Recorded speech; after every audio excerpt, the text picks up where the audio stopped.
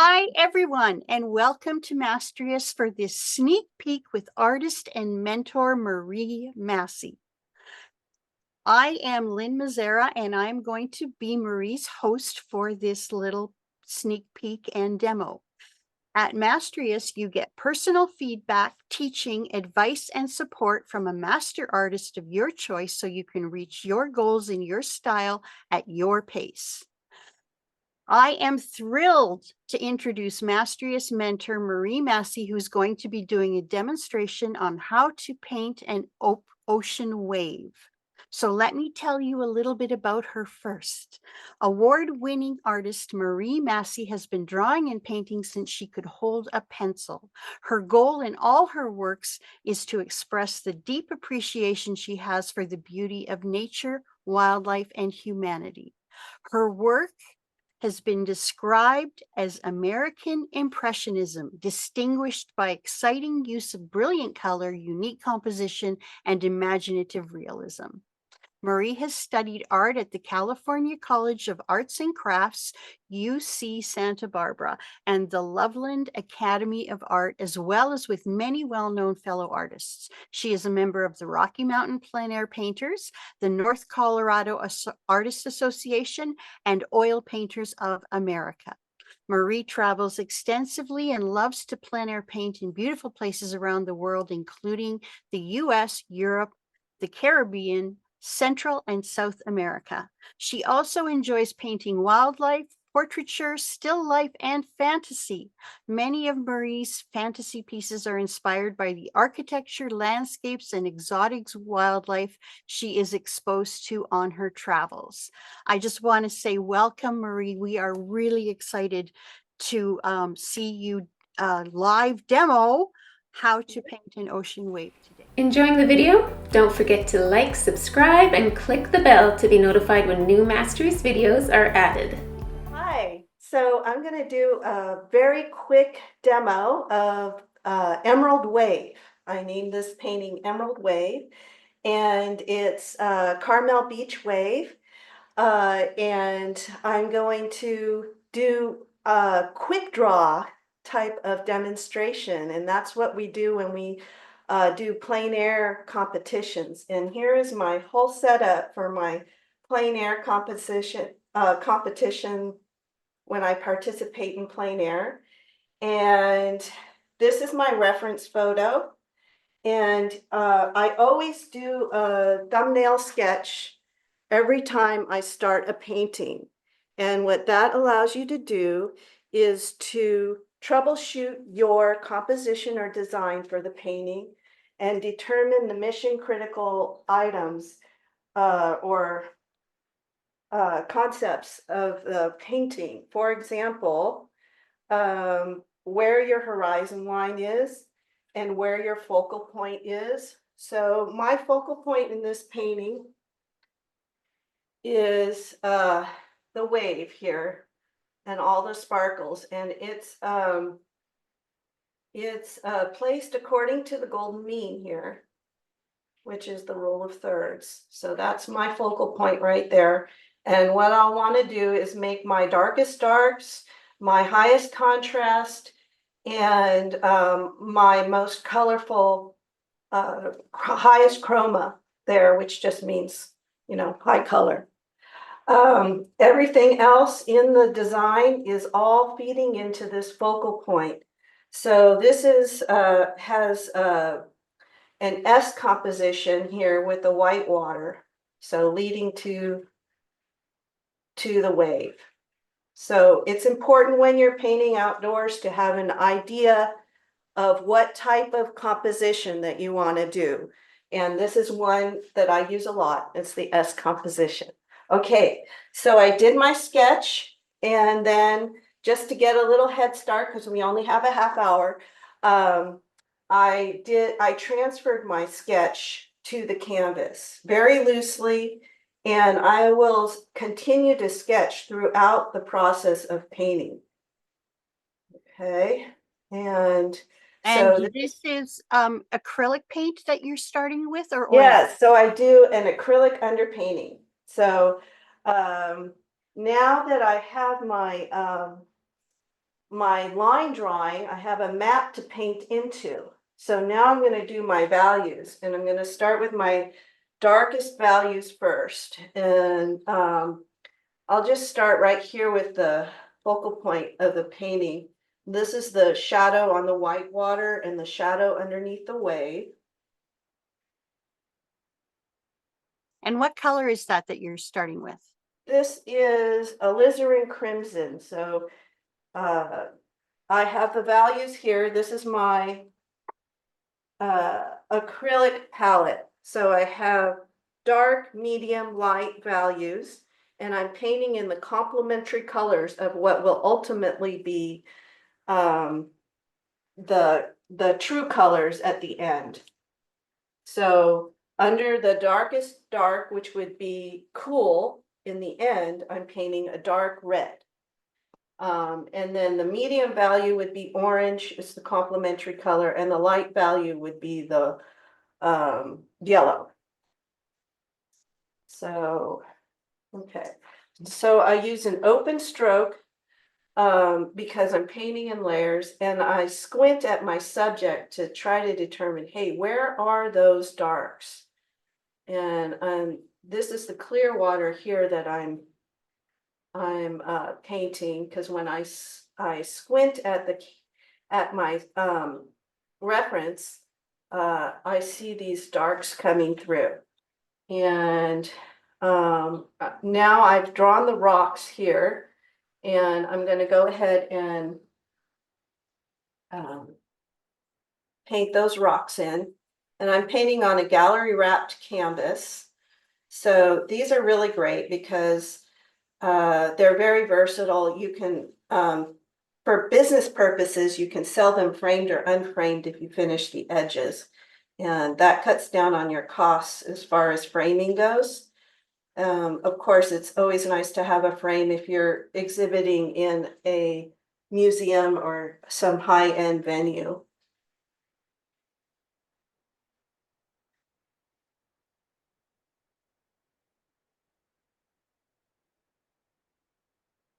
Now, I read on your website that you like to paint in layers. Yes, so this is the first layer. Right, exactly. Okay. Yes. So these are my darkest values here. And it's in the complementary color. Okay, so now I'm going to go to my next value, which will be the orange. And the orange is right here with this wave. Now I'm limiting my values to 3 main values: light, medium, and dark.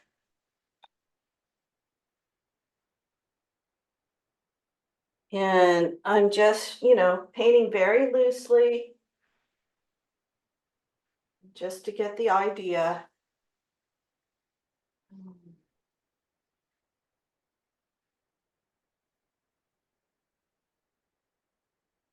And this is the shape shadow of the white water of the wave. Okay, and I see a little bit of dark here, so I'm going to go ahead and get my red again and put that in.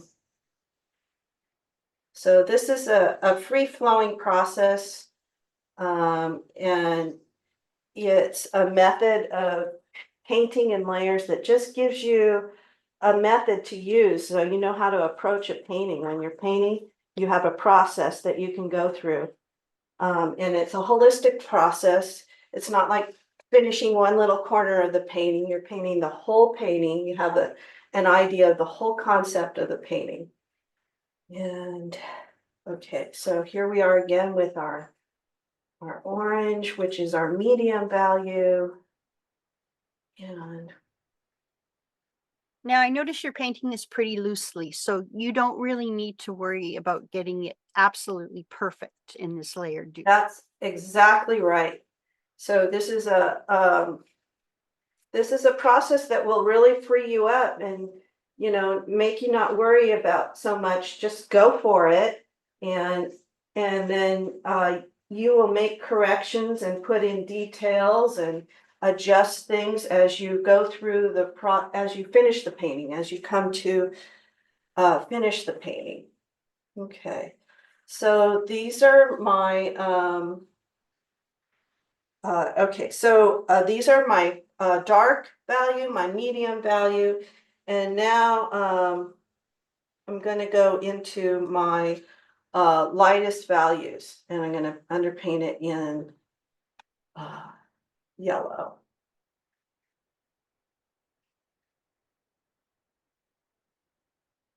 And what this process does too, especially like in plein air painting, is it gives you canvas coverage. And lots of times, you know, like that's a battle, you know, to get everything covered. But this helps you get your canvas entirely covered. It gives you a plan to paint into. And let's see here. Go ahead and here's where my S composition comes in. So you're going to lead the eye through the Right, exactly.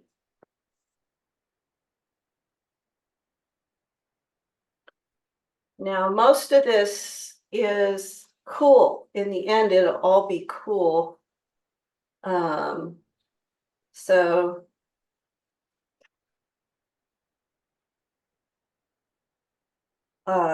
that's why it's being underpainted in the light, medium, dark values in the warm.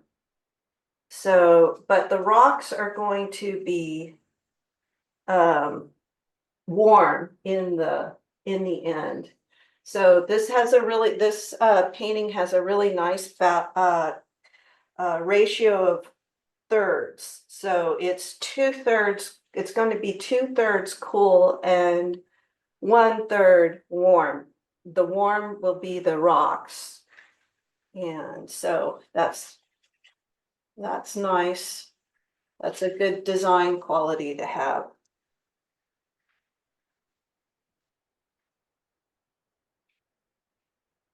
And I'm surprised you're painting that section as the lightest, because my untrained eye see medium or see a medium Right. value.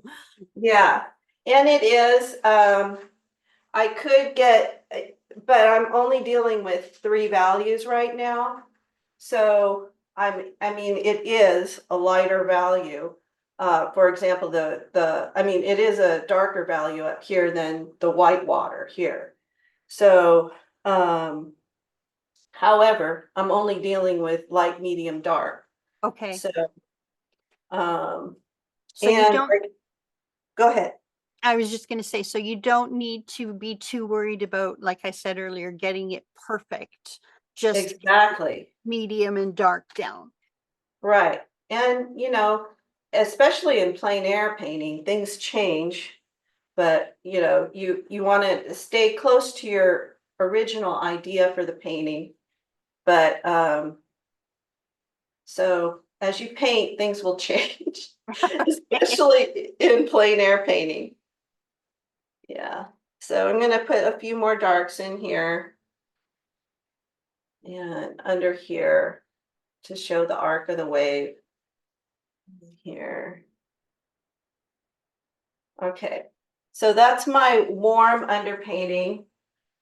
And got some of those edges. Might as well get the edges because you have to do it in the end anyway. But you know, that's not, you can do it, you can wait till the very end to do that, but it's nice if you have it partially done at least. So that when you're finishing the painting, you don't have to worry so much about the edges. Okay, so now I've completely lost my rocks.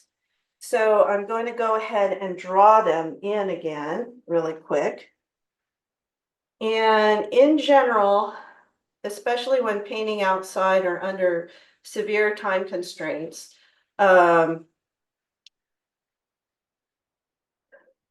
this is a good method because it helps you identify quickly identify your temperatures and your values, and then work from there. And you've really solved most of your issues, one by doing your sketch, and you solve a lot of those issues, like where you put the horizon, what's the basic concept, what's my focal point for the painting, all of that you answer with that sketch. And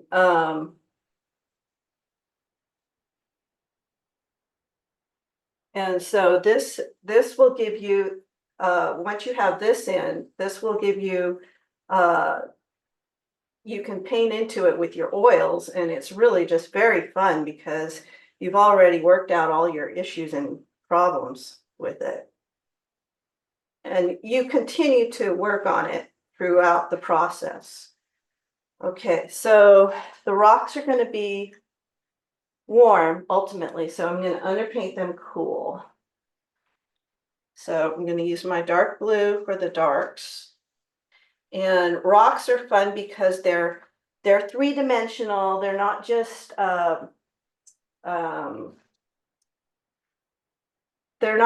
edges here. They have plateaus, and they're three-dimensional shapes. So the light will fall on those rocks and create a three-dimensional shape, which is important to convey the idea of three-dimensional rocks. Okay.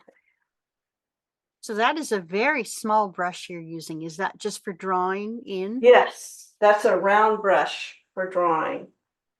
And let's see. And see, I'm using an open stroke here. I already have some of the coverage from that dark red that I used.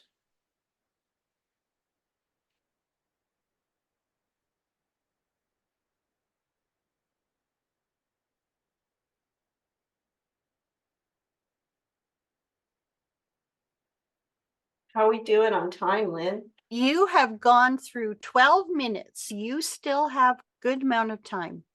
Okay. Well, and if you go over a little bit, that is just fine. All right. So now I'm going to give an idea of the light on those rocks by putting in a medium value blue.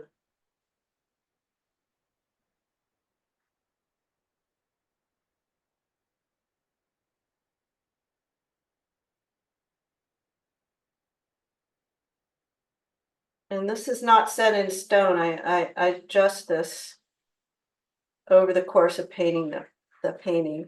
And I want to be careful not to make similar shapes, so vary my shapes, vary my spacing, all of that stuff when you're painting objects.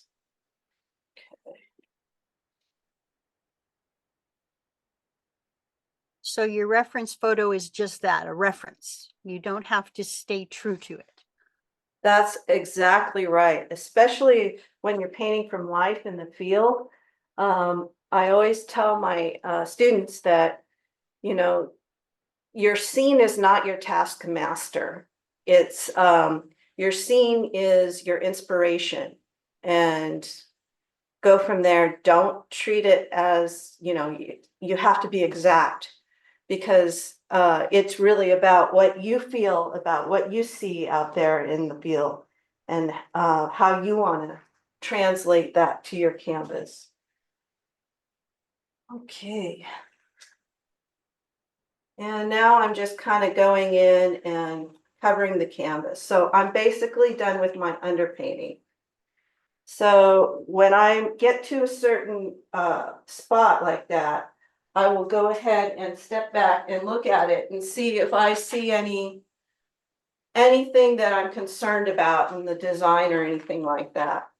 So I'm going to go ahead and do, because like it's just like painting in the field, you're under severe time constraints, so you can't be like super detailed or anything like that. But what I'm going to do is just do a real open stroke with my second set of warms here, and so that everything comes through, my underpainting comes through, And I'm just doing, I call this an open M stroke.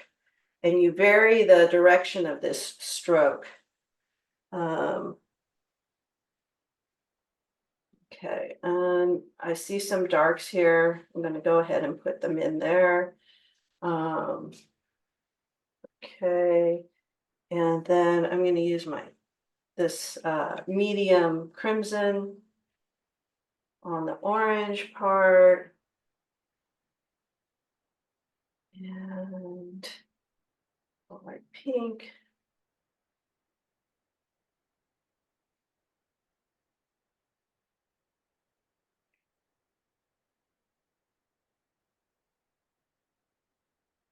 Okay, and this wave is going to have a reflection coming down too, and I'll just put that idea in there. Okay, and then get some greens in the rock as well. And all of this, it comes through in your final painting and reflects more color light back to you as the viewer. So it makes it more interesting, and people will say, I could look at your painting forever and ever, because they see something different in it every time they look at it, something new and different. Okay, so that's the complete underpainting. And now we're going to go into our final colors in oil. I already have my palette set up here. And the first thing I'm going to do is to start with my darks. And I'm going to use about this size brush. And I'm going to go ahead and put in those rocks. I'm mixing ultramarine blue and burnt umber to make a dark. I don't use black because black is mixed to the nth degree, and it's basically a dead color. It has no life to it because it's been mixed so much. And I noticed you snuck in some green in there too. Yeah, so viridian, ultramarine, and umber. The main important thing is that it's a dark value. And I'm just using a real dark, a real open stroke, really loose. And so I'm seeing that that's not as warm as I want it to be. So I'll take some alizarin crimson and make it a little warmer. But still dark. Yes, the value. So value is more important than color. Now, really quick, are you painting oil paint right over top of wet acrylic paint? It's fairly not, it's mostly dry. Okay. Yeah. And that is okay to do that. Yes, it's okay to do that. But it's mostly dry at this point.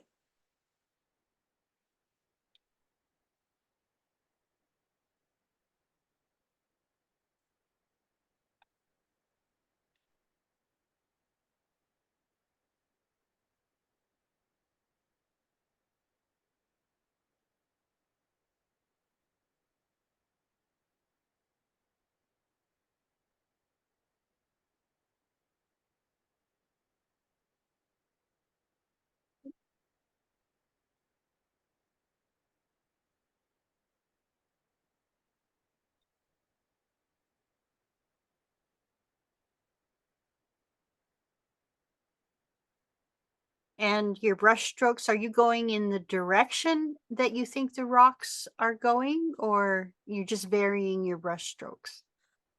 I am varying my brush strokes. I'm trying to leave the underpainting, a bit of the underpainting.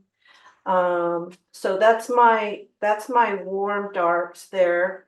Now I'm going to work on my darks for the under the wave and around the wave. So I'll use that base dark that I made, and put more green and blue into it.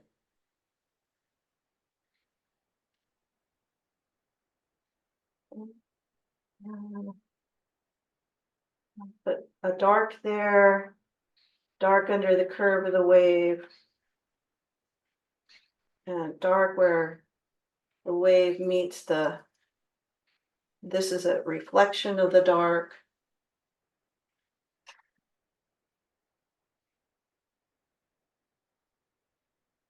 Okay. And now I'm going to put in my dark greens.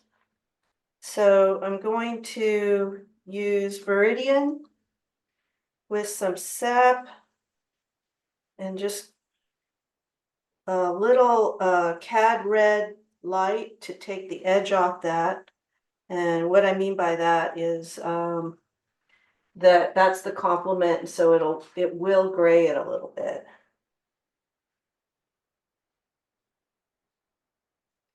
So I see that color is actually really more powerful. So I'm going to go ahead and put in permanent green. Permanent green.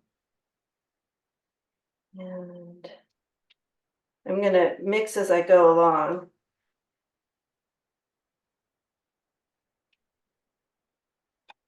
These are really medium values.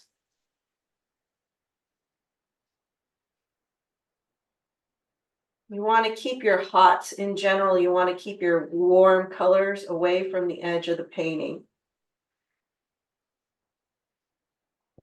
So this is the clear water, so it's greenish. And then the white water will be bluish.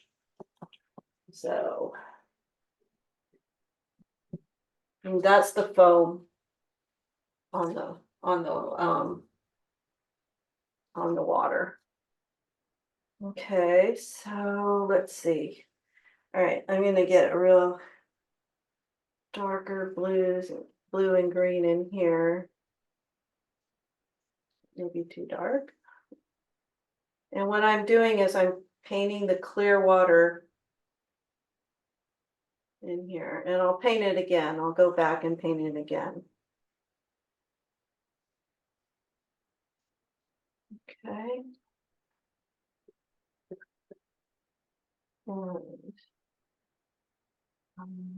Now I use a medium that I make myself, and it's 1/3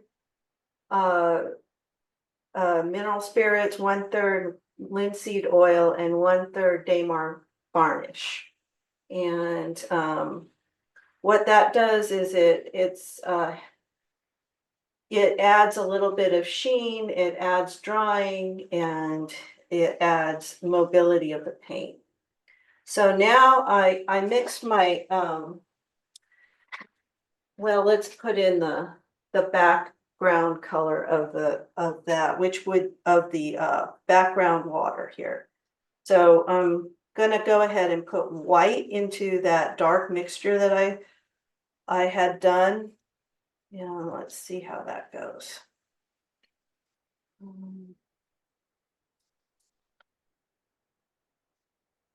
So Sorry. to get a real kind of gray blue back there.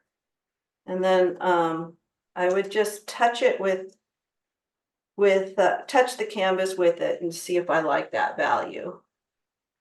That's pretty good. So I'm going to go ahead and use that as my background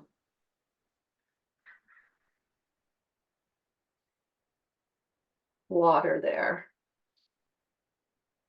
And I go through my lines. I don't respect my lines, and what that does is it allows me to lose and find edges, and it also creates an organic feel to the painting because there's not really very many hard edges in nature. Nature is all about soft edges. It's man-made things that are hard edge. And it integrates your subject into the overall painting. And I noticed you're allowing that background to peek through, the underpainting. Yes, through. using an open stroke, yes. All right, so now I'm going to go ahead and do the shadows on the waves, and I mixed up different whites here. So this will be my whitewater shadow color, and what this is it's it's not dark enough for my liking, so I'm going to darken it up with a little ultramarine blue and see how that goes. Yeah, it's a little better, but it's still really stark blue. So I put a little alizarin crimson into it, maybe a little cad red deep. All right, let's see how that works. Okay, and this is the shape shadow on that white water.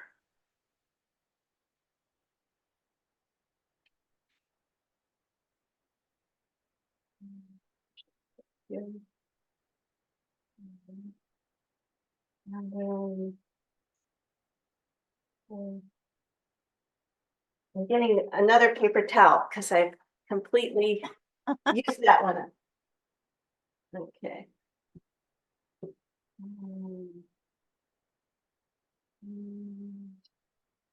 I'm gonna go ahead and do some more of the clear water showing through the white water. This is so I'm gonna have it be somewhat green, and this is the shadow of the wave and some of the clear water that's coming through.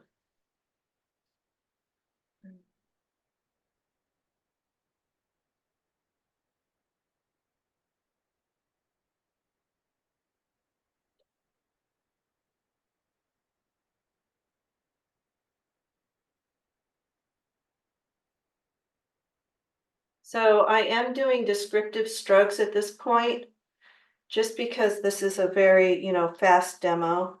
Descriptive strokes are strokes that tell you what's happening, the way things are moving. Okay.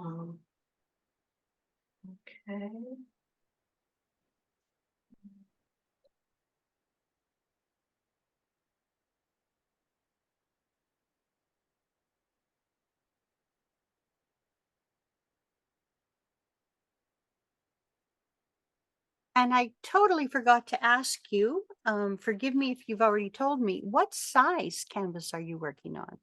This is a 12 by 12 gallery wrapped canvas. Okay. Yeah.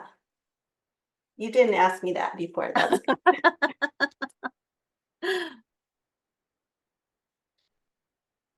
And please do feel free to ask me questions because it helps me communicate through the process. Okay. So now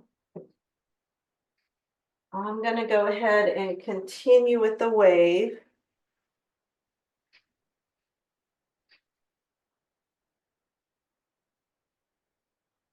Now, is this the white area that you're concentrating on?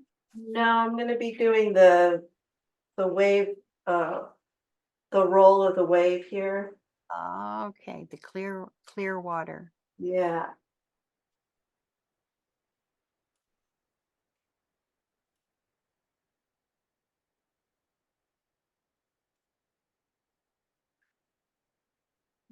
And what greens are those that are you using?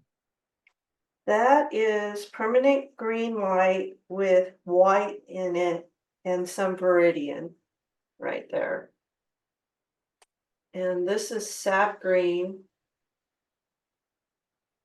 Sap green is a nice warm green. Viridian is a cool green. And the warm greens connote or denote, they denote sunlight. So as the as the wave comes up, it's going to be backlit by the sun and have that feeling of lightness there, the feeling of the sun coming through the wave. Okay, and now I'm going to, let's see, I'm not sure if I have enough clear water in there, so I'm just going to go ahead and put more in there um, in the whole scene here.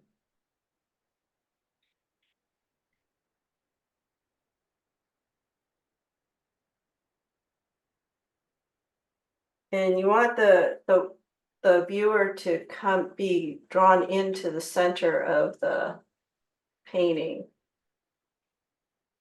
So you want to get those hots away from the edge of the painting that you put in. Okay. Yeah. And this is the shadow coming down. I'm using blue to do that.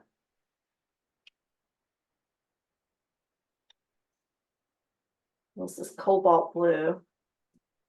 And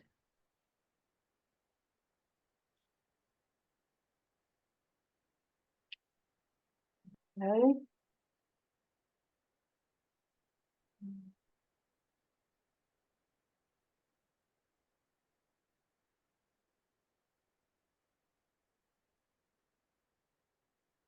All right.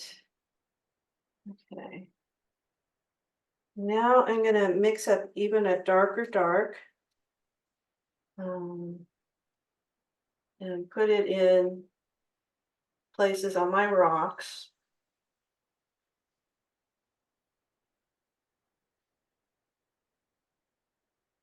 I'm being very generous with the amount of paint I'm using.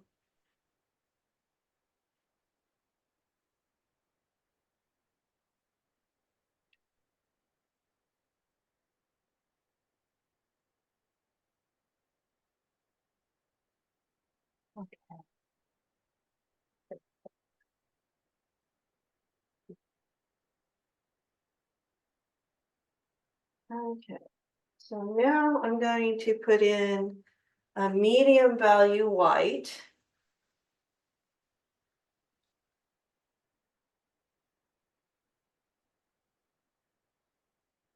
And the waves are not hard edged, they're soft.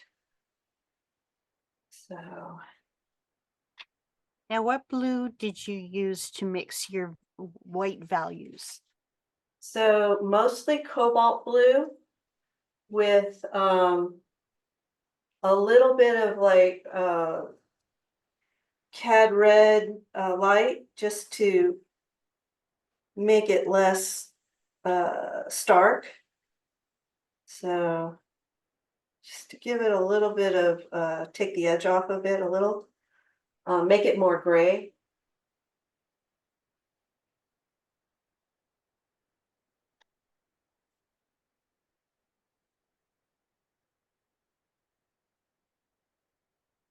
So this is, all these whites are a foundation for the whitest whites. So haven't gotten to that yet. Um, I'm very impressed with how few brush strokes you use oh, to get to where you want it to go. I find I overwork so much, and you're not doing that. well, I'm treating it kind of like a very quick painting, you know. So yeah, and it's good to leave it open. It's good to leave it open so that at the end you can make your adjustments, and you'll find that with this painting and layers method, you may just want to keep some of those wonderful things showing through here. So I'm going to go ahead and mix more of that white. Um,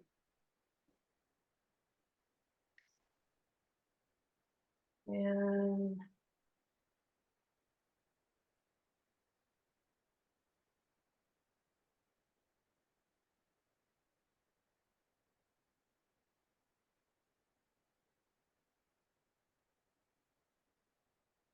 And here I'm just kind of dragging the paint.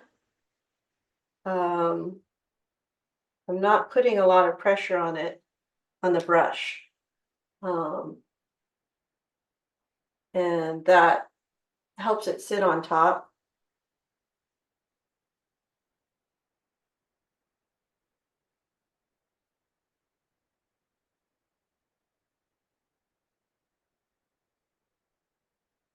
And adding the white, now the wave is starting to appear. Yes. And I'll go back and add more clear water and all kinds of things.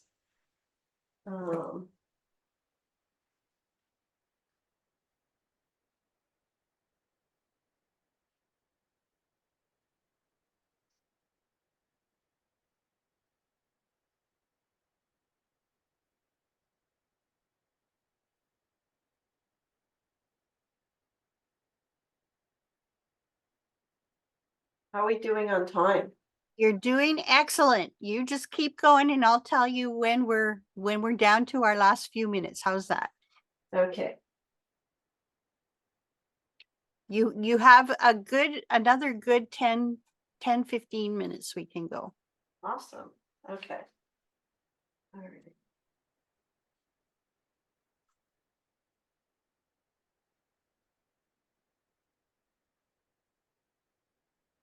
Yes, you are doing amazing getting it done in this short amount of time. And is this what happens with plein air?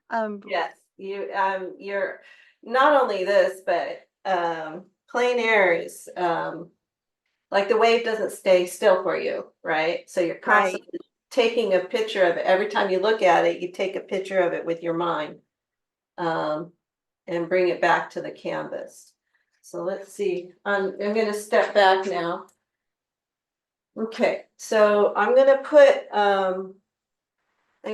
the planes, the lighter plane in on the rocks.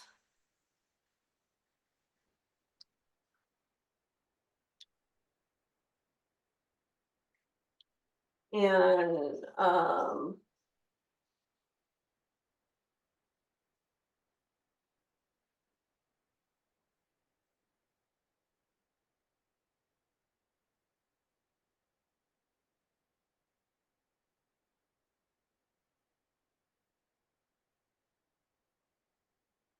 And are you just using a lighter version of that dark you mixed?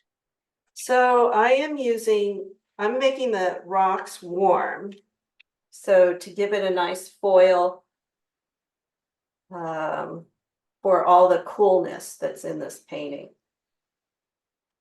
And so I'm using umber and yellow ochre to answer your question. Um, and I'm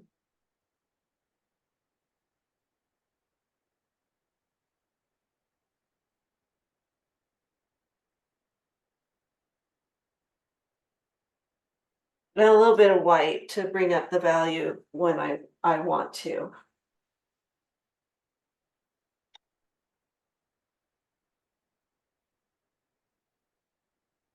Adding those planes sure makes a difference. Yeah, if they more communicate rocks. Mm-hmm.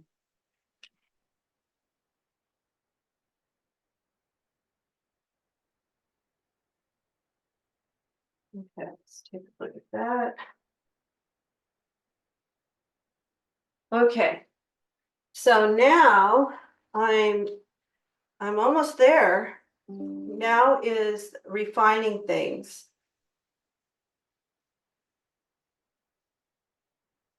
I'm covering up some of the underpainting that I don't want to be there because it's either at the edge of the painting or it's distracting me. Okay. And now I'm going to go ahead and so there's the shape shadow on the wave. And let's put some more here. This is a shape shadow, shows the shape of the wave.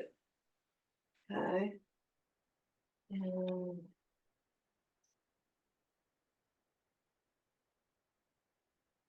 And then there's the cast shadow from the rocks. So I'm going to put a little bit of the cast shadow in on the rocks.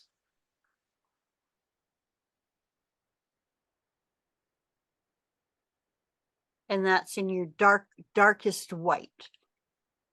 This is actually cobalt blue, just kind of even straight out of the, not even mixed a little bit, but it shows the, like that those rocks are casting a shadow onto the white water.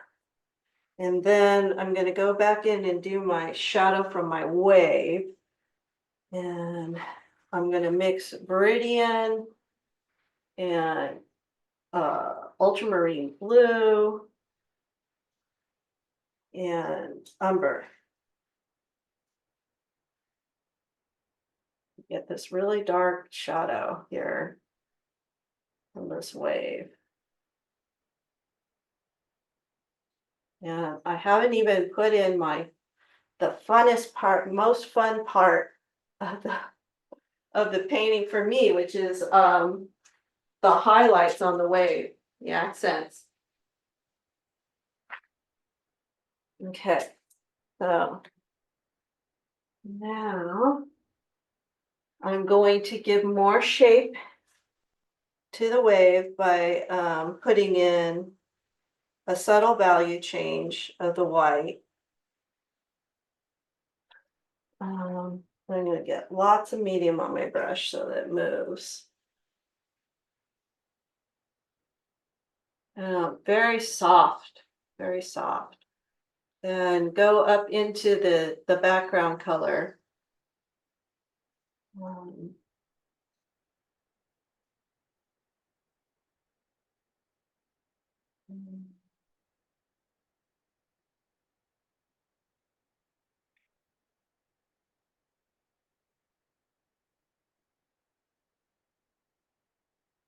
Okay, and I see some greens in this wave. So now what I'm doing is I'm refining, putting some detail in.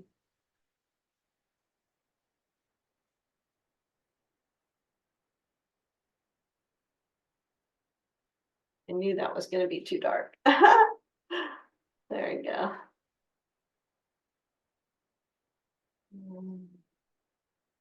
And we're going to put paint in the negative space behind the wave as well.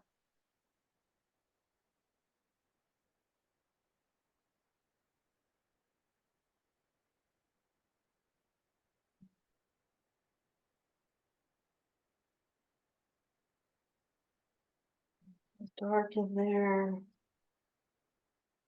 So now I'm just looking at details that I see in the reference photo. And basically sculpturing that wave. Right, creating the shape of the white water. Okay. So now I'm going to go ahead and take a deep breath and put in my whitest whites. Okay, so the way I did this was to mix. I'm going to make some changes, even this far down the pathway of the painting. So, which is fun because you can always make changes to your painting. I see that this part of it is higher there. And now I might get a couple of brushes going. Oh, I'll use this. Oh, that one's in there. Okay, good. Okay, so let's see. So that's super white. There's a super white here. And these are like really highlights here. And there's highlight on the top. Just get thick paint.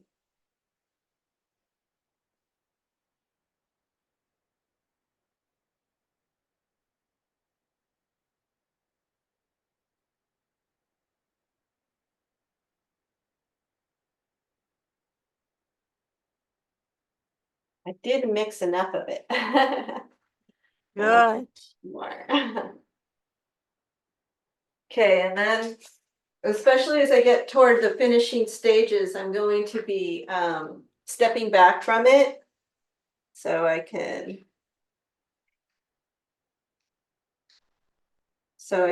get an overall view of it, a different perspective on it.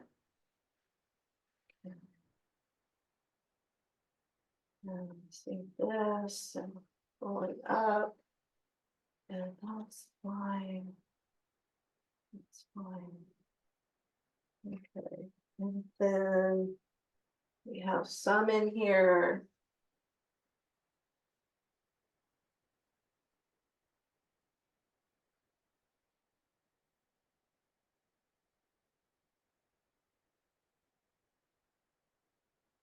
I've really loaded this brush really a lot.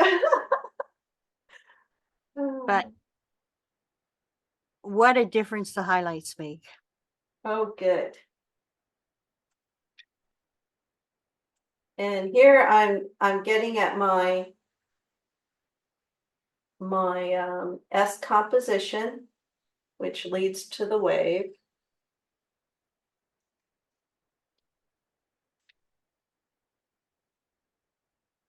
And I'm gonna mix up some more of this bright white, which it has cad yellow for sunlight. I mean, yellow denotes sunlight, and the orange.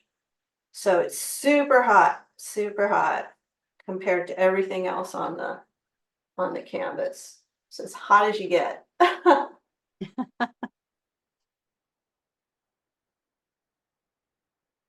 And I'm doing descriptive strokes, so.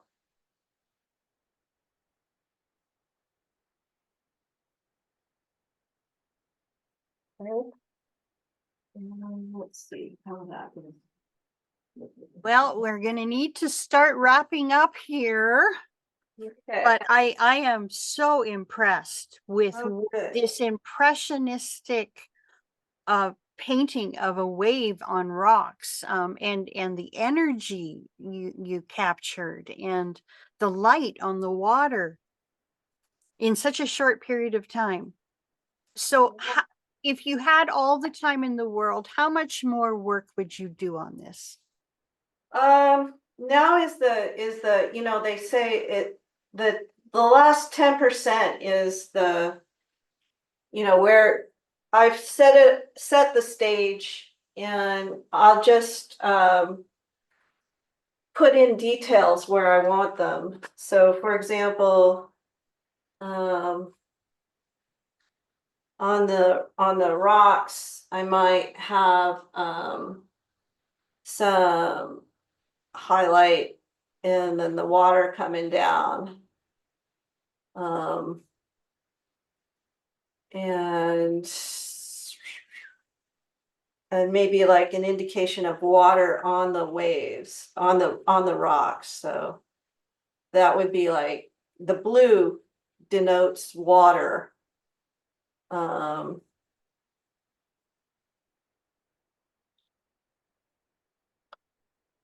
Let's see how that works. Yeah. So just to change gears for a minute here, before Yeah. we close off, can I ask just one quick question? Yes. What is one piece of advice or encouragement you would give an artist that you wish you'd heard when you were starting out? Well, I was very blessed to have good teachers, and one of the things is that you can always change the painting through the entire process. It's good to do your planning and draw your drawing. This is mission critical, because you don't want to be solving problems or get yourself in a situation where you can't rescue a painting. So here, Can you just hold that up a little bit closer to the, there we go. Okay. Okay. And your light, medium, and dark values are in there. Right. So this shows all the key elements. It shows where's, and when you're landscape or seascape, where's your horizon line? Where's your focal point? What type of composition design are you going to use? And all of that is answered in this Okay. before you even start. So it's mission critical.